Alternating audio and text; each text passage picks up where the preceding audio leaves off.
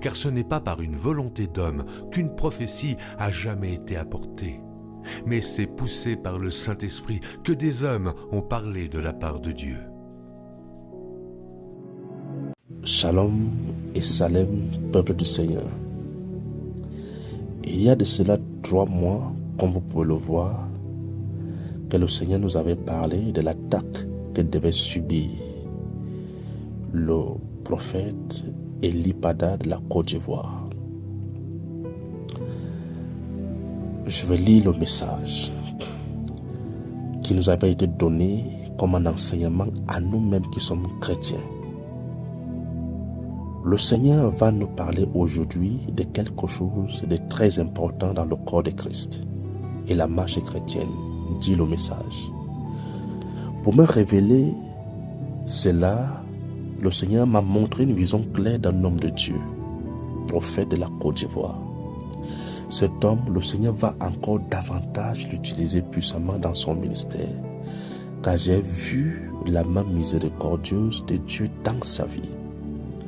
Je le vois recevoir beaucoup d'invitations dans les pays pour le service. Que le Seigneur, Dieu Tout-Puissant, le bénisse richement. Dans cette vision, ce prophète du Seigneur était en train de rendre service pendant qu'il priait pour les malades et chassait les démons au nom puissant du Seigneur Jésus-Christ.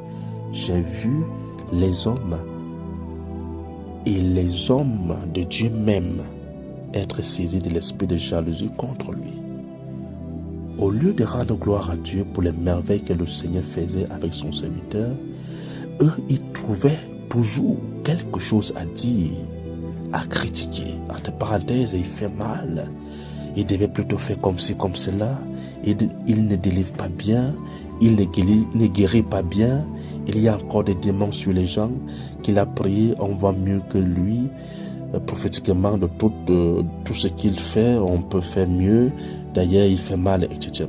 Sans compter d'autres accusations calomnieuses et diaboliques qu'il subissait dans cette vision.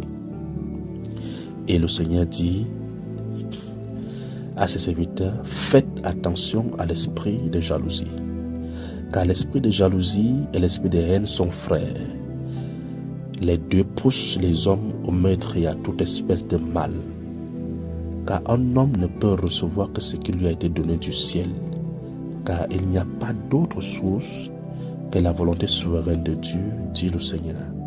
Ce qui m'a plu dans cette vision, c'est que quand j'ai vu cet homme de Dieu subir toutes ces attaques injustes et de jalousie, il était habité d'une paix et d'une tranquillité d'esprit incroyable. Je pouvais voir le Saint-Esprit sur lui comme un vêtement de paix et d'amour. Il ne s'occupait même pas de ceux qui disaient les mauvaises choses à son égard. Il continuait seulement à rendre service et à servir le Seigneur. Bien-aimés, prions pour cet homme de Dieu. Il est en danger. Il est ivoirien. Il est un jeune de près de 40 ans. Il a les cheveux roulés en locks. Il portait un saillon blanc. Voilà comment je l'ai vu dans la vision.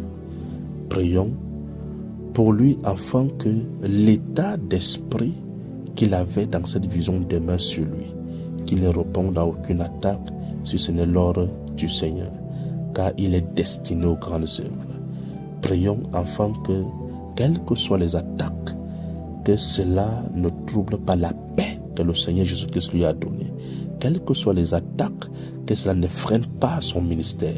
Prions afin que la bénédiction qui est sur sa vie devienne de plus en plus puissante pour bénir davantage les autres. Prions Dieu de continuer à l'utiliser puissamment au nom puissant du Seigneur Jésus-Christ de Nazareth. Prions, mes chers frères bien-aimés, que la grâce et la paix nous soient abondamment accordées au nom puissant du Seigneur Jésus-Christ de Nazareth. Amen. Fils de Salem.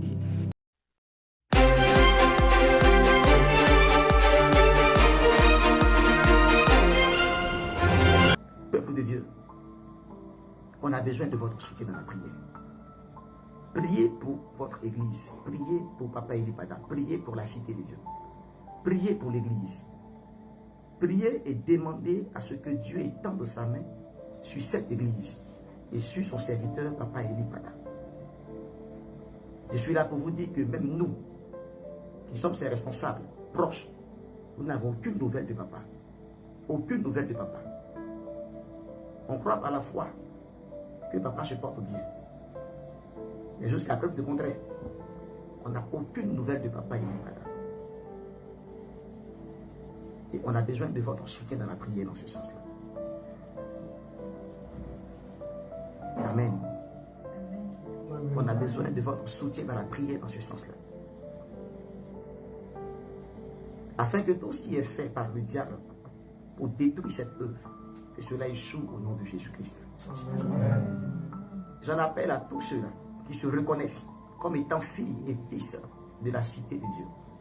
Vous qui avez fait de la cité de Dieu votre demeure, et vous qui avez trouvé en Papa Elipada un père, un mentor, un conseiller, quelqu'un en qui Dieu parle, vous qui avez reconnu la voix de Dieu au travers de cet homme. Aujourd'hui, nous vous demandons de le soutenir en prière, parce que ce dimanche, à partir de 8 h, nous aurons un grand programme de prière. Et nous allons prier le Seigneur en faveur de son serviteur. Priez le Seigneur pour que la grâce de Dieu ne cesse d'abonder dans la vie de cet homme. Aucune plainte contre moi. Non, pas du tout. Je tenais à rétablir ce fait-là. À dire que je n'ai pas reçu une plainte quelconque venant du gouvernement. Non. Mais, je répète, ma vie est en danger. Ma vie est en danger. Qui je dérange, je ne sais pas.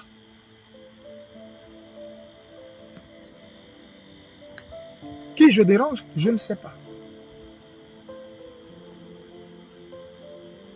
Je voudrais dire à mes pasteurs, mes collaborateurs, à l'église La Cité de Dieu, à tous les Ivoiriens, à toutes les Ivoiriennes, à tous les hommes de Dieu qui, par solidarité dans la foi commune que nous partageons en Jésus-Christ, qui ont fait des posts pour exprimer leur solidarité, leur soutien à leurs amis, leurs frères, leurs collègues que je suis, que Dieu vous le rende au centuple.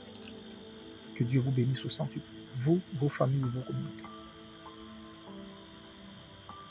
J'espère que Dieu me permettra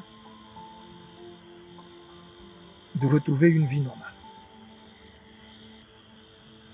Je m'étais retiré à un moment donné, pendant près de 90 jours dans la présence du Seigneur. J'étais revenu joyeux pour bénir mon peuple, traverser avec eux.